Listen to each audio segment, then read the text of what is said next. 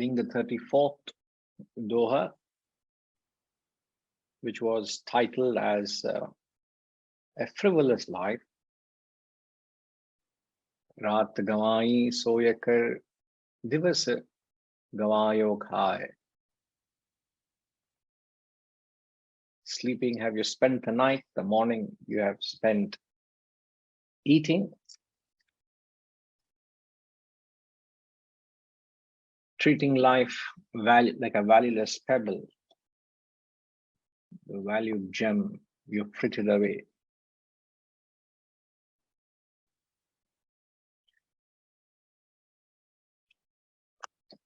So the obvious straightforward translation suggests that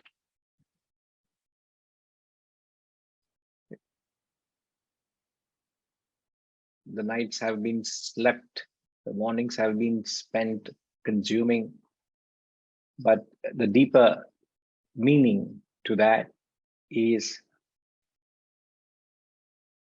how humanity is caught up between the two gunas, between the rajas and the tamas. And it's if you look at it from a deeper angle, you would realize humanity is actually caught up between the tamas and the rajas cycle. It's actually a vicious trap humanity has fallen into. And the only way you can get out of it is by embracing sattva, is by rising up to the sattva guna. So the three gunas, the tamas, rajas, and sattva, each one of us is a proportion of all these three. So the tamo guna is an attitude of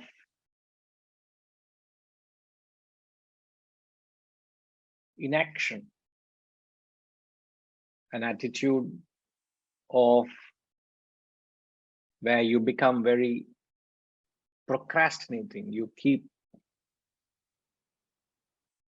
not taking action to obligation. When you don't do things which ought to be done when it ought to be done, and invariably things get procrastinated into the future.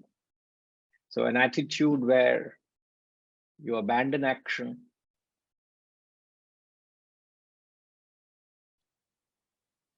so we can very safely say people who are predominantly tamasic, they are very comfortable in their own pace of life, and they don't like to be pushed around. They resist anything that is done without their own choice, because in order to get work done from tamasic people, you need compulsion. That's what they call hatha yoga. Hatha yoga is the yoga of compulsion. You push the body to even while doing yoga, you're pushing the body beyond a certain comfort zone. Hatha means compulsion. So hatha yoga means yoga of compulsion. So hatha yoga is not a spiritual path. It is meant for people to bring them out of their slumber, which is being marketed today as yoga, as a spiritual exercise. Yoga, which is a physical exercise, is nothing but hatha yoga. It is a yoga of compulsion. That is not really a spiritual yoga. Spiritual yoga is when you are enthused to do it by yourself. A tamasic fellow is not enthused to do it, so he needs to be pushed. So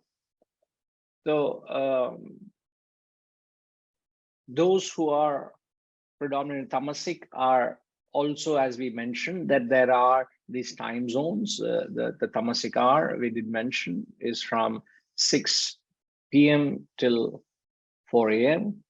and the rajas is from 6 a.m. to 6 p.m. So the rajasic people are very active. They find themselves very driven, into a frenzy. The unique quality of a rajasic person is they are into frenzied action. And wherever there is a frenzy or an excitement or an anxiety, it is a sign of mental imbalance or mental restlessness or mental agitation. So the Rajasic people are quite stressed out, they're quite disturbed, they're quite agitated. Now, what is the vicious cycle we talk about is the vicious trap everybody is caught up in is when you are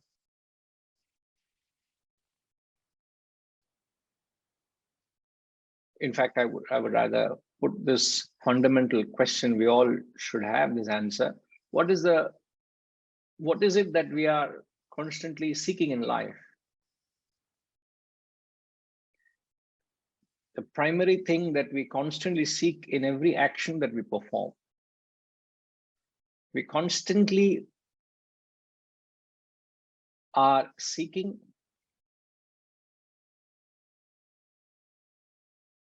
two things, in fact, which is the primary constitution of an individual.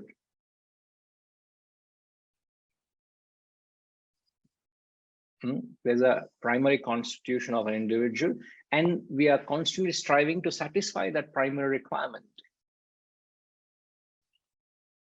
What is the primary constitution of an individual?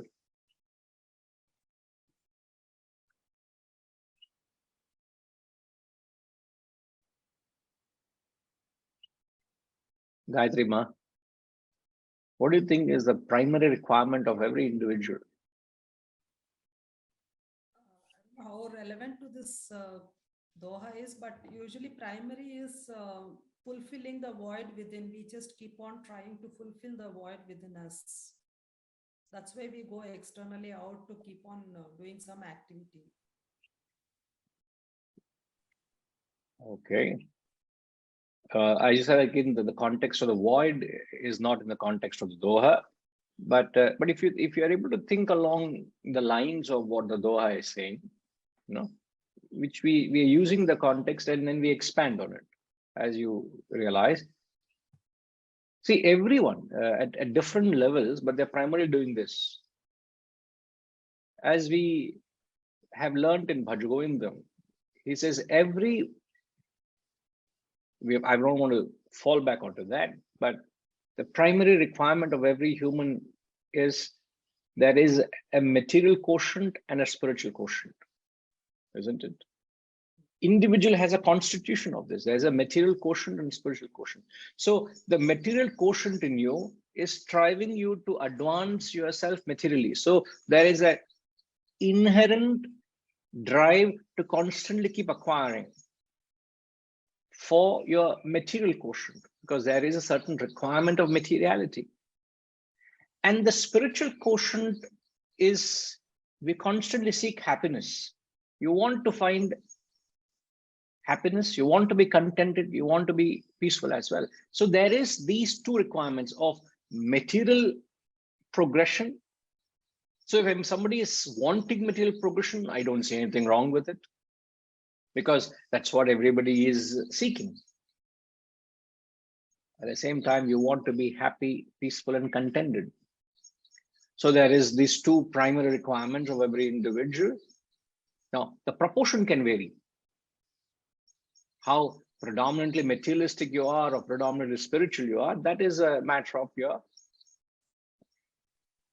composition. But you are inherently seeking happiness, you are inherently seeking prosperity. So in effect, we can use the familiar jargons. You want to be prosperous, at the same time, you want to be peaceful. So you want not one at the cost of the other. You wouldn't want to compromise your happiness at the cost of acquiring the wealth of the world.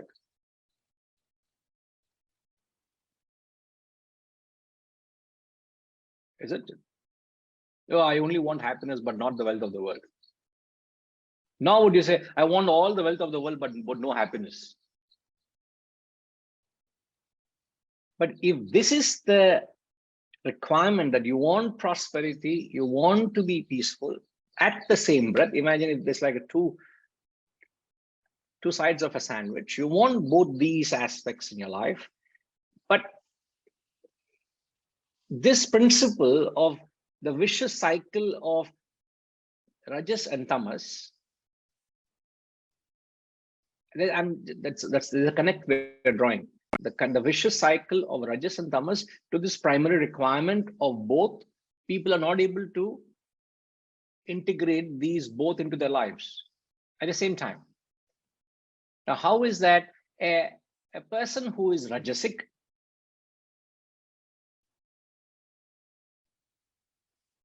he is constantly acting as you would be able to differentiate. A person, as we said, rajas is frenzied action, and the frenzied action stems from a selfish pursuit of his own desires. He is constantly chasing his own selfish desires. So there is an outcome of a selfish life of chasing one's own desires, money, power, name, fame, proprietorship. He wants to put a stamp of authority. This is mine. Oh, I've got this hold of this business. I've got a hold of that particular project, and out of this I've bought that. The kind of a proprietorship he wants to hold. And any life that constantly is driven with this chasing desires results in agitation. So a rajasic life, you may have success, but you don't have necessarily peace. So rajas gives you material quotient. It doesn't give you the spiritual quotient. I'm just trying to make it very simple in the terms that we are quite familiar. As I'm just saying that every individual primarily has two quotients, material and spiritual, and these two are essential requirements of every individual.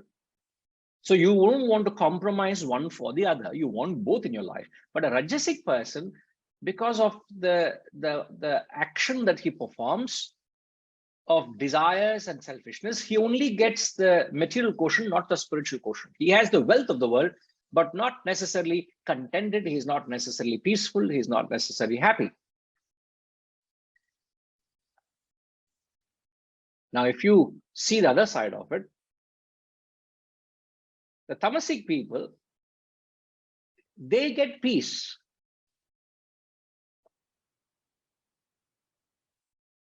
But wherever, how do they find peace?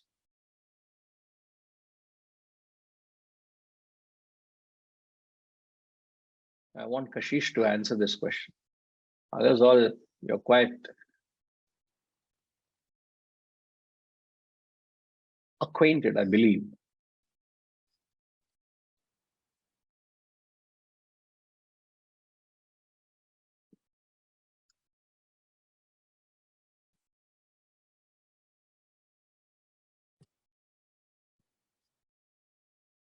Hariom Guruji. Hariom Kashish. So the question is, how do the tamasic people find peace and contentment? Or how do they try to find happiness? Well, Guruji, if I'm going off your previous explanation for the kinds of behaviors that tamasic people partake in, I would imagine it would be in establishing a routine that they're comfortable with and staying in that routine, never venturing out, never being shaken.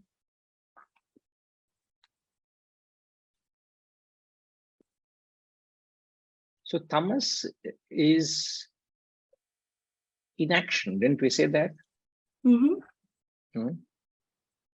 So a rajasic person, he is able to satisfy only his material quotient, not a spiritual quotient. Okay. A tamasic person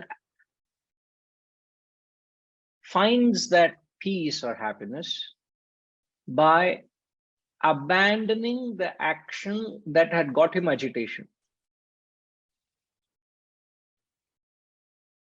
Because I say, what we are trying to say is, the Doha is very clearly saying the night you spent in tamas means you are a certain aspect of your life you are indulging in tamas, or you are spending in tamas or in rajas. You do not offer a sattvic life, so your life is gone in vain. You get that? So we are trying to say that there's a vicious cycle of rajas and tamas. So the rajasic people have got wealth but not happiness. So what they do, they know not of anything else, but they slip into tamas. This tamas is where you slow down action or stop the action which gives you stress, and that gives you Peace. instantly gives you peace. You are in the din and roar of the marketplace. In the city center, in the financial district, in your offices, in your colleges, at workplaces, so much of noise. There's so many things happening. There are mental accidents all the time. You get agitated with many things that happen. So what happens the moment you get a time, a little weekend, or you can get a couple of days off, you get away from the city into the woods. In Malaysia, they used to call kampung. Moment there's a public holiday, people will go off into the kampung. Isn't it, Harish? You heard that? I'm sure you have got that that word, isn't it? The kampung are the villages. They go out of towns into their hometowns, which is, if you go into the kampungs in Malaysia, it's pretty basic. There's no much development, not as much as the cities. And they go back. What happens life in kampungs? You go back to your hometown, in your villages, what happens? Life is it at the same pace? Kashish, we think it would be the same pace of your city life? No, probably slower, more easygoing. Easygoing. I remember very vividly, if you go into any village where the ashram was, where I used to study, it's off Mumbai. And especially if you're coming from Mumbai, and you see such a chaotic life, you hardly have time to even walk on the platform. You don't have that luxury. They're just pushing everywhere, crab and things. You take a train from Mumbai and you come to the local station where the ashram was. So just 10 minutes walk from the local train station. And mid-morning, you reach at 11:30, 12 o'clock in the morning. You find people are sitting in the platform because there's not much train activity. People are sitting with their cheap BD. Even the way they hold the BD is different. Cigarette you hold like this, cigar you hold like this, BD you'll hold like this. And I have no experience of any cigarette in my life, but this is only through observation I have picked up. Correct me, Harish, if I'm not wrong. How do you hold a cigarette? You hold a cigarette like this. Cigar you hold because too thick, and a BD will be held like this, too thin. You can't hold it like this, not like this. So you have to hold this. So these fellows will be holding that little cigarette BD in their lives, and they'll be bare feet, all tattered clothes, all dirty clothes from the village. They come. They're all having a roundtable conference where on the platform. Mid-morning, nothing else to do, sitting and chatting. So peaceful, so contented, laughing amongst themselves.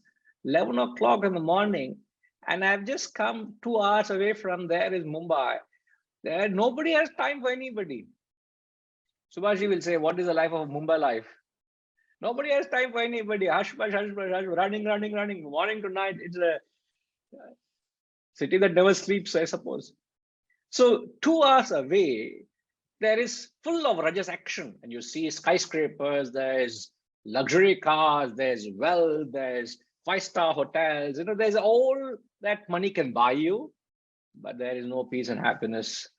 A couple of hours you drive away into the kampung, into the villages, where all these wealthy people used to have all their villas and weekend bungalows. And who used to enjoy them?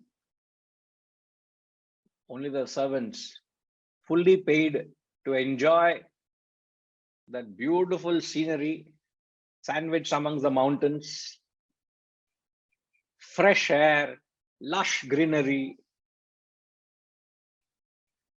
These are the fellows who is earning, who is enjoying. The owners are struggling, the servants are enjoying.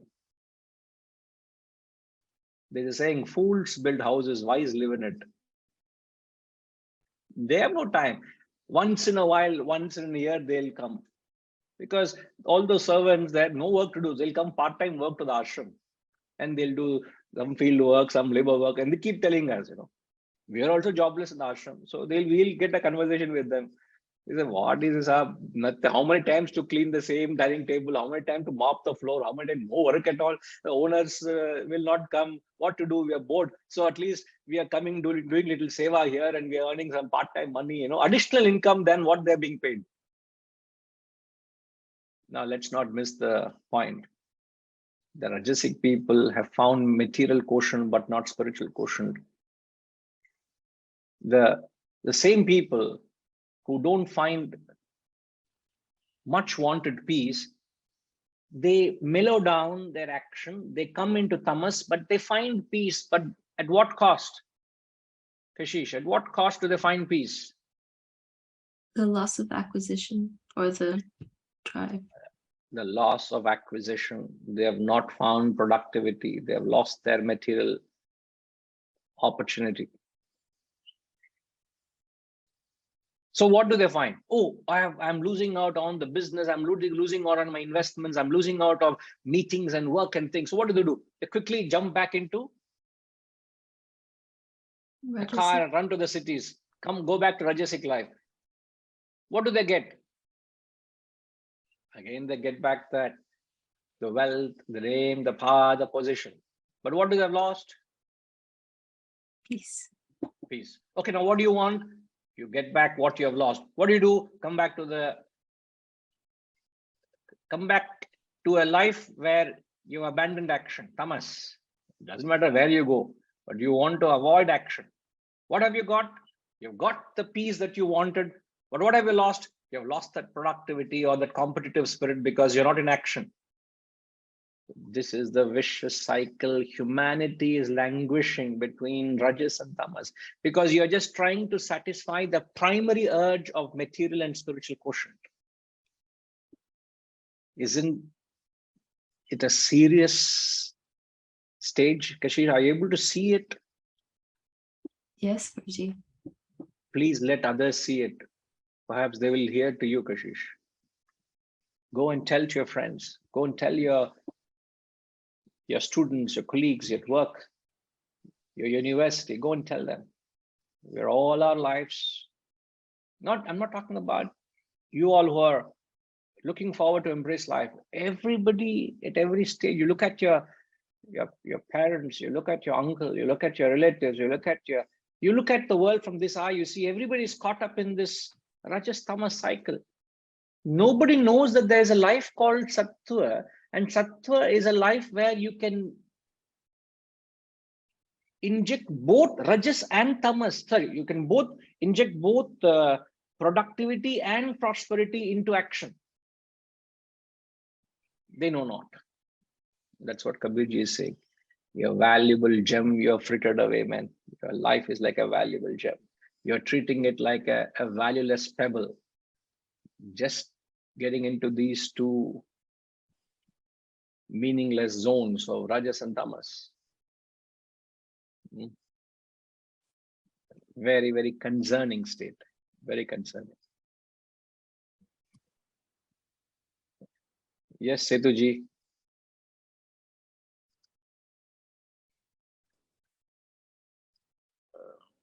Hari Om Guruji. Yes, sir. Yeah, this as you rightly said, we are indulging in two things, that is uh,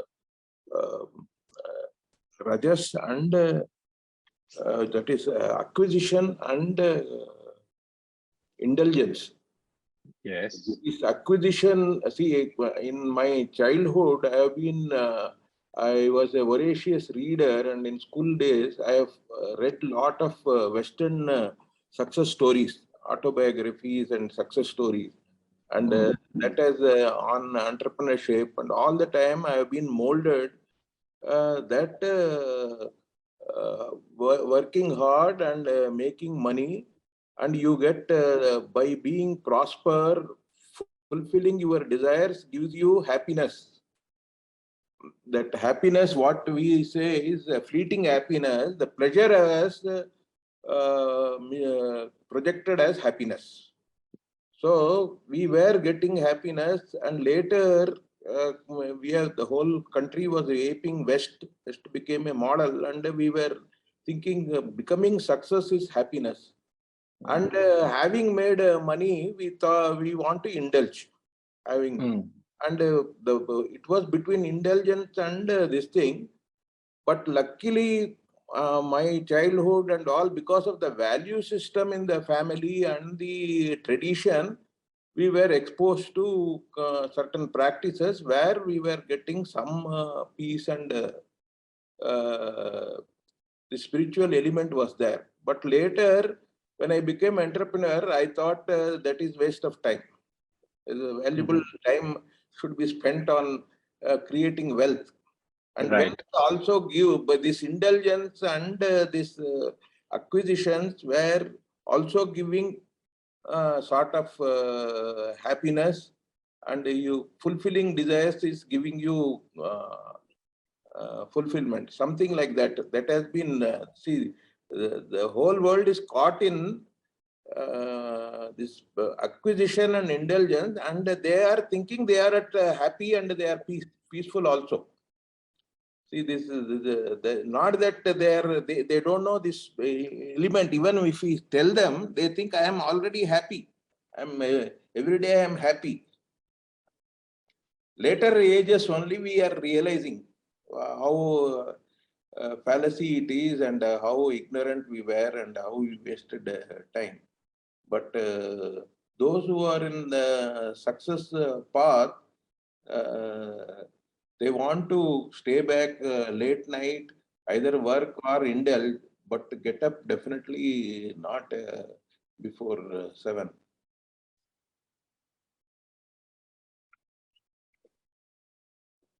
So I hope this realization comes soon, isn't it? This realization that there is a capacity to operate from another level altogether. It's like a sportsman being told that you have a different potential. You can raise your performance to a different level. You know? See, sattva does not mean you don't acquire. Sattva does not mean you are not successful. Sattva doesn't mean you don't become an entrepreneur, or you don't.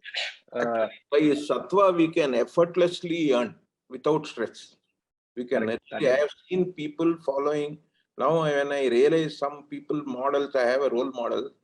They have been sattvic, but they were simply effortlessly, because their whole personality, and they make others people work, because there is no hidden agenda. So people just want to work for them, create wealth for them, and they also share and distribute. And without stress, they make, even working lesser hours, they make, they are highly productive, and but they are very exceptions. Yes, you must have an eye to see it. If you have an eye to see, you will be able to see that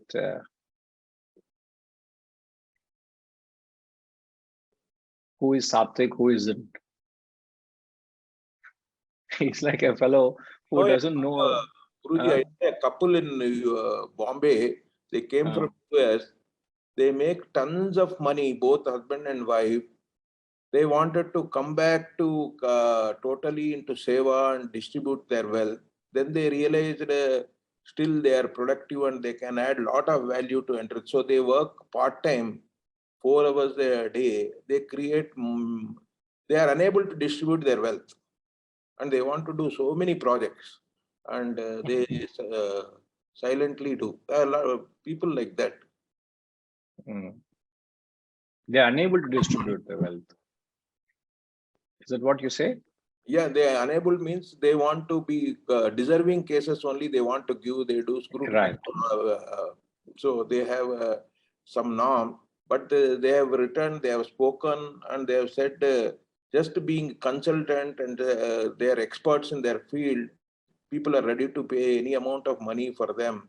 And they say they work part-time and make.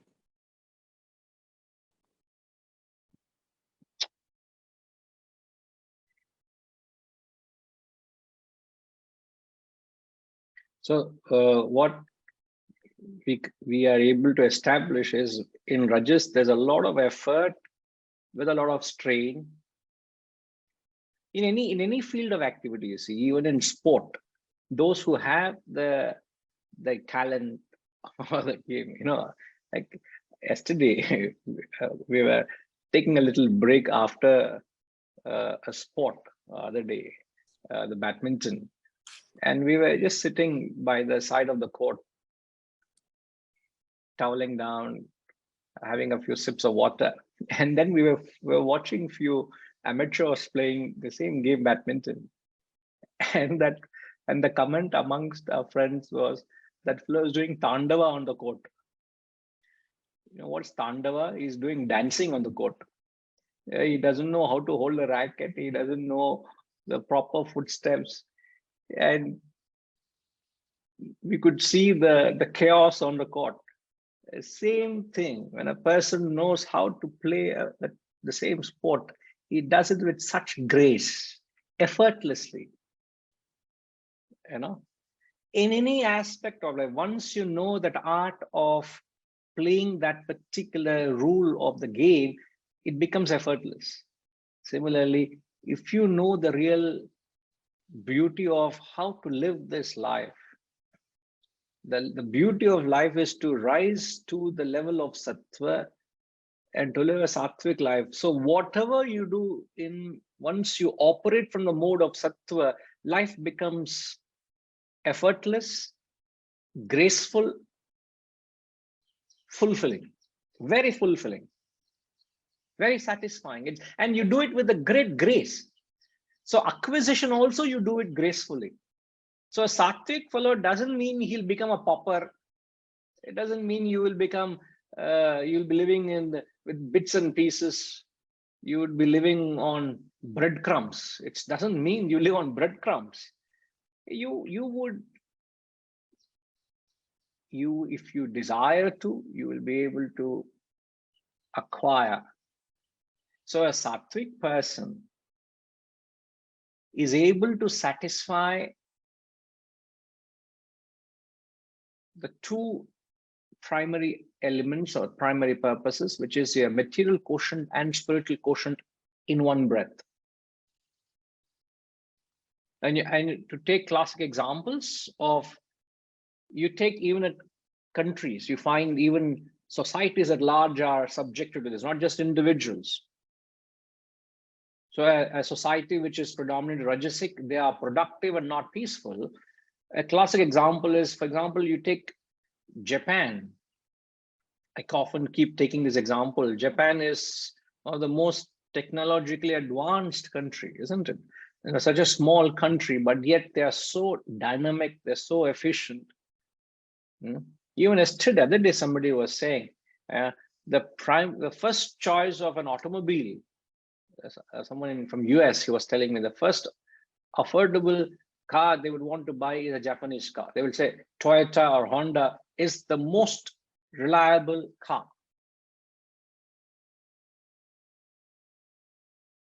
So everybody would want to go, and once you go there, no headache. It's so reliable. So that technology is so efficient. They're so dynamic. And the average working hours in Japan is, Harish, have you been to Japan?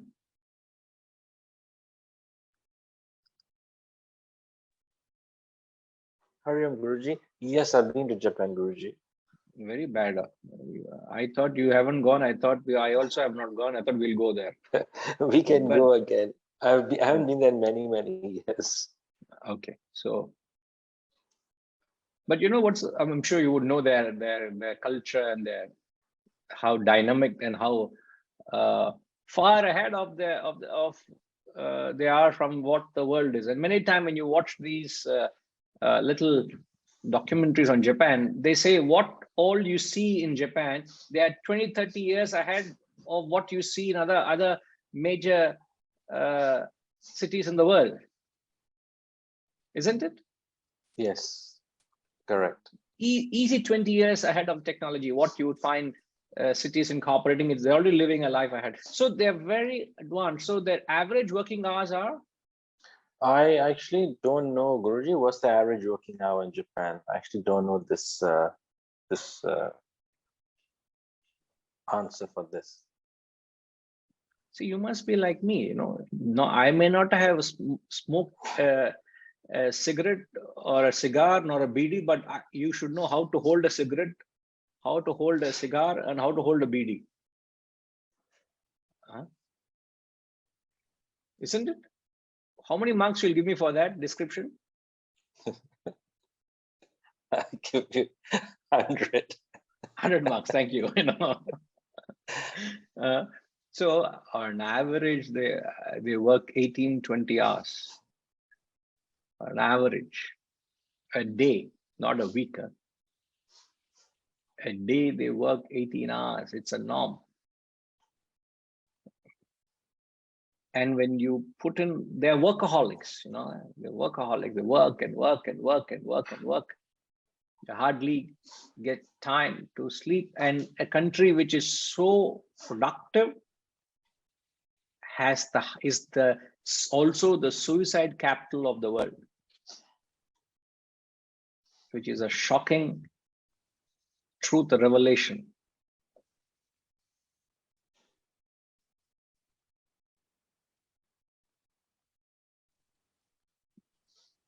I keep saying this, and one of the most searched word in Japan is, I may be exaggerating, I do not know, but is how to commit suicide. Wow. And in Japanese, the word for suicide is kodukushi, is kudkushi, you know, kudkushi as we call in Sanskrit. Kodukushi, kodukushi is the word which suggests, which is suicide. And it is the suicide capital of the world. The young minds were brilliant entrepreneurs, very active, dynamic, productive. They've satisfied their material quotient, but there's such a void, as Gayatri Ma was saying, there's a void within of their spiritual quotient is not met. So you find they're really languishing. They are not able to they can't even get time or space to find that peace. They can't even slip into tamas. So if Japan is one end, the other end, Vasantama will know, because she takes a mental note of all what I say. So what is the country? Gayatri Ma, I know, she knows. Yes, Vasantama?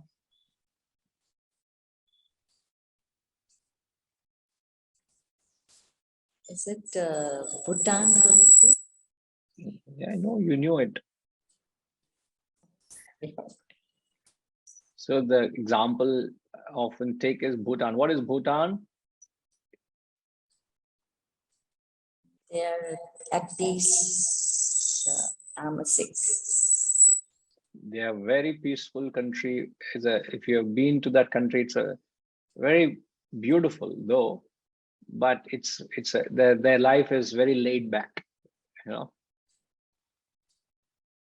very charming, very non-harming people, very lovely people, but then you would not get basic facilities and amenities, far from it.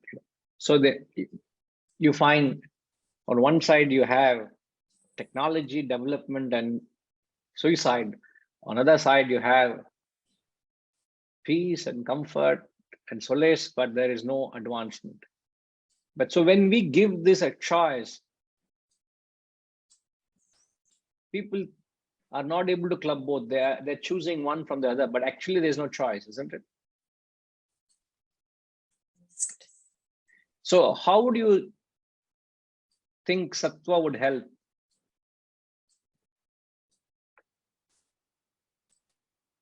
Oh, things have changed in Bhutan and Japan also. I need to visit both the countries, Setuji. So shall we go?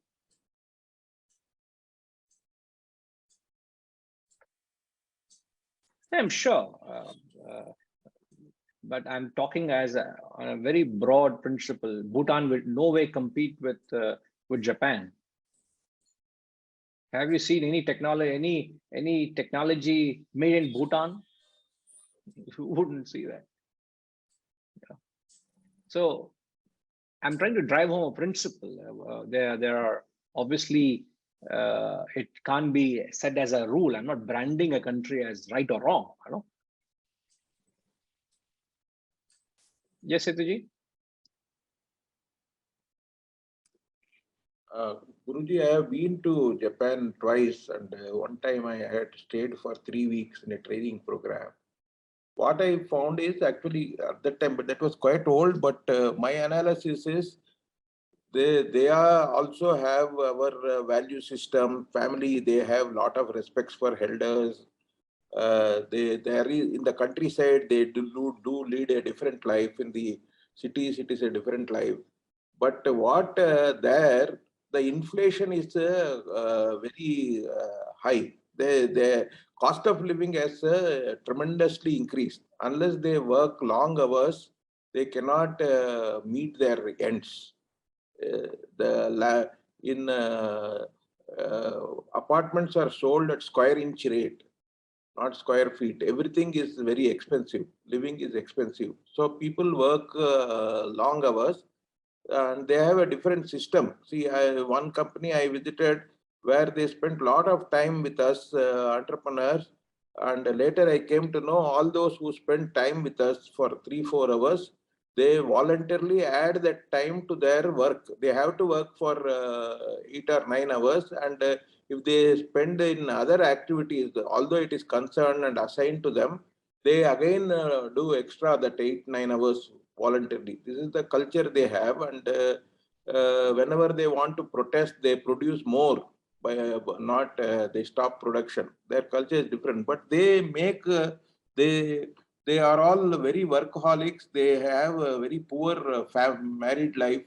They go home late and all that. But they want to make money because its life is very costly. But there are families, they have all this. I was quite impressed with that country and with their system. They are very, very humble, modest people. They like Indians, and they not that there a lot of Buddhism is also very active there. In the case of Bhutan, I have not visited. What I heard is tourism is their main income, and people who are all quite a bit of it, they are all connected with, and people do work very hard and very, very polite and customer friendly. That is what I heard. They claim their happiness quotient is the highest in the world. Um, that may be interpreted as that they are all tamasic. Right. Not really sure. Now thanks to Setuji, now my desire to visit Japan and Bhutan are fulfilled. Now I don't need to go there. Now I've got in and out experience of Bhutan and Japan. Now Vasantama, we shall listen to you.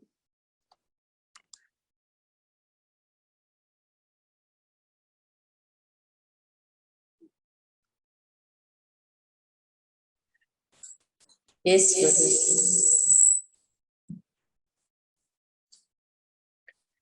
So how does one get out of this vicious cycle of rajas and tamas? By injecting unselfishness.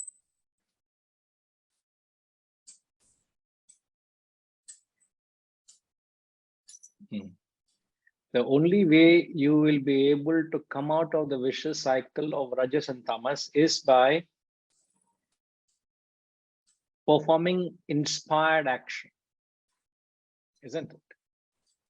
And what is it to get on with an inspired action is by injecting a higher purpose to life, a higher goal. Right, perfect. Perfect. So the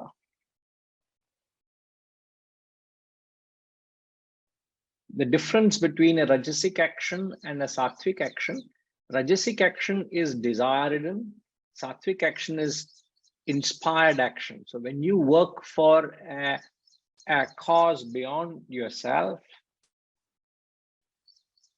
you conceive a common interest, a common cause, you work with the spirit of serving the cause and sacrificing yourself for that common cause. You will find your life, there is great contentment. You will be very contented with what you have. You will be inspired to serve the cause. So because you're inspired to serve the cause, what is it that's inspired? UK, in a sattvic man,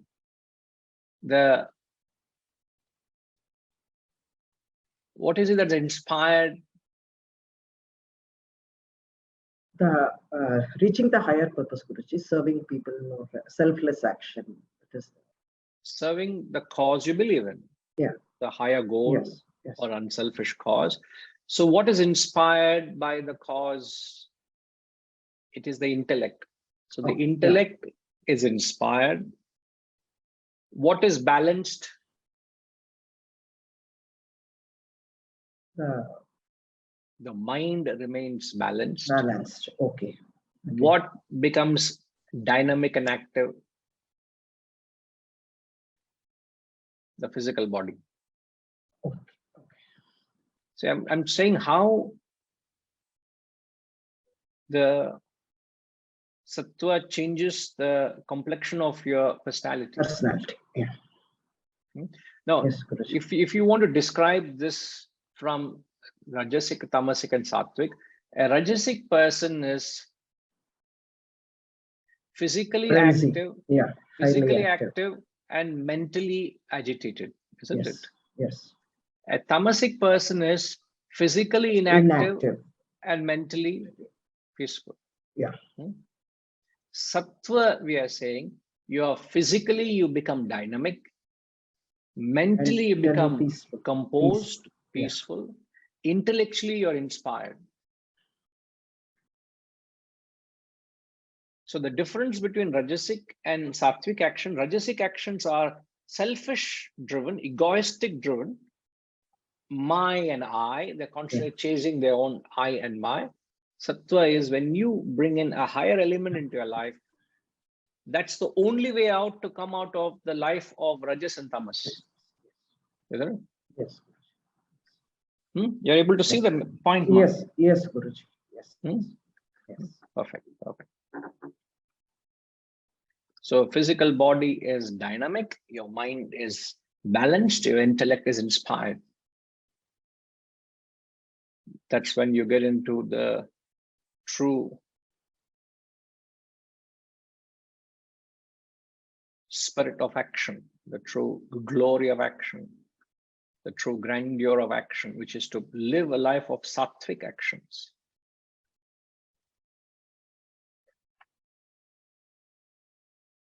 In fact, in the second chapter of the Gita, the 41st verse, please do fall back on the second chapter, 41st verse, he says, Neha bhikramanash pratyavayo na vidyate. Swalpamapyasya dharmasya trayato mahato bhayat. Chapter 2, verse 41. Neha bhikramanashosti pratyavayo na vidyate. Swalpamapyasya dharmasya trayato mahato bhayat. Now, what that verse means is, in this, there is no loss of energy, he says. In this, there is no loss of energy, nor a contrary result. Na vidyate. Very little, swalpam. Swalpam means very little of this discipline. Trayato mahato bhayat.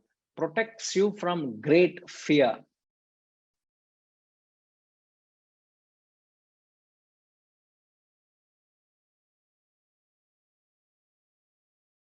Sushmama, have you got the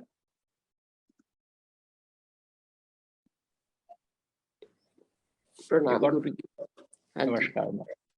have got the meaning, what I just said? Not properly, Guruji. Not properly. So the translation of the verse, which I just chanted, referred to, he says, in this, there is no loss of energy, nor is there a contrary result. Now, obviously, he is speaking in their language. Now, we'll decode it. There is, first he says there is no loss of energy. Secondly, he says there is no contrary result. Thirdly, he says very little of this discipline, which he is recommending, protects you from great fear. There is no fear. That is in sattvic actions, right? Is this the description of? Yes, I am quoting it in line of the sattvic action. Correct. If you embrace that sattvic action or sattvic life, these three are the fruits of that. There is no loss of energy, means you become dynamic. There is no contrary result, means there is no mental agitation. Protects you from great fear. There is no mental insecurity.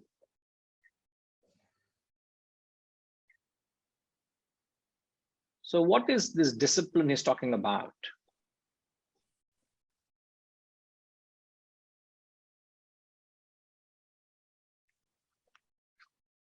If you're doing good actions, sattvic actions, and you're involved in it, you don't feel tired because you're inspired to. When you're inspired to do something, it doesn't tire you.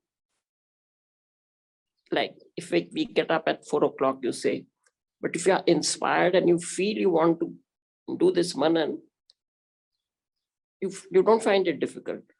But unless you are inspired, then you say, oh, I mean, we can anytime sit and study or whatever we do. But I think it's the inspiration and the belief becomes strong. Then I think and with little practice, it becomes effortless. So that is why I feel there's no loss of energy. And if you're doing something good for benefit of others, then there's no mental strain doing it. What is the third thing you said? It protects you from great fear. And then when you're helping people, then why should you fear? If you're not, being unfair to someone or cheating someone, then there is a little bit of fear in your mind. If you're caught, what will happen? But if you're only trying to do good, there's nothing to fear because you feel you are happy doing it. And it should all come from your heart. Correct. Absolutely right. So the direct reference of this verse, he is trying to inspire us or give us the effects of leading a life of karma yoga, A karma yoga is to perform unselfish or selfless work in the larger interest of others. So when your actions are done with a spirit of selfless service, there is no loss of energy. You would not get when you when you perform a rajasic action, invariably people experience fatigue. People get tired.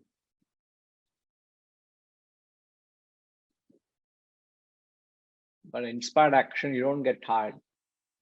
In fact, Swami Ramatirtha's definition of rest.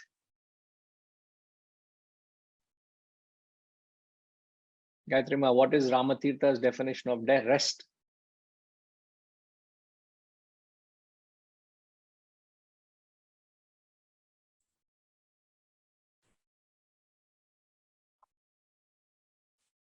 I don't know, Guruji. You don't know. Okay. What is Ramatirtha's definition of rest? Jama has rightly said, intense work is rest, he used to say. Somebody asked him, what is your definition of rest? He said, intense work is rest. Because you don't get tired. The question of tiresome doesn't come in when you perform any inspired action. You have greater energy to work, it's not that action dissuades you, it inspires you.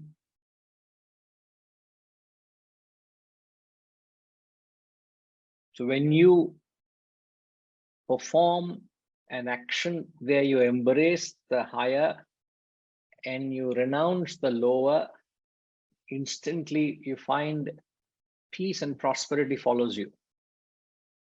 So the real secret of getting to or leading a sattvic life is you renounce your own ego, you renounce the non-essentials of action, you renounce the lower, embrace the higher.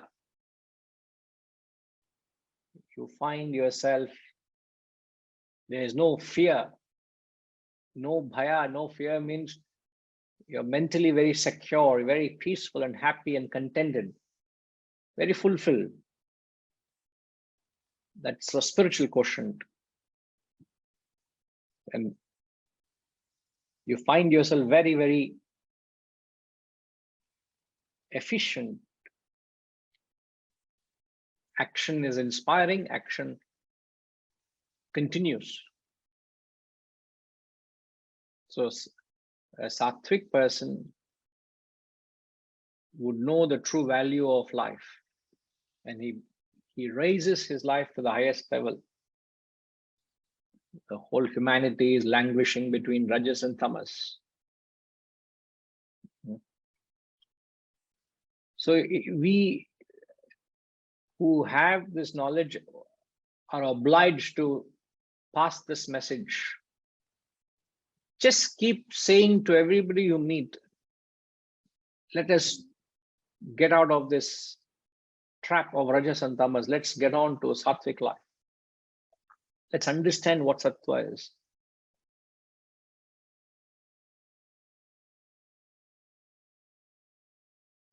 Pushpama will start doing from this morning. She's going to tell everybody. Okay, Pushpama?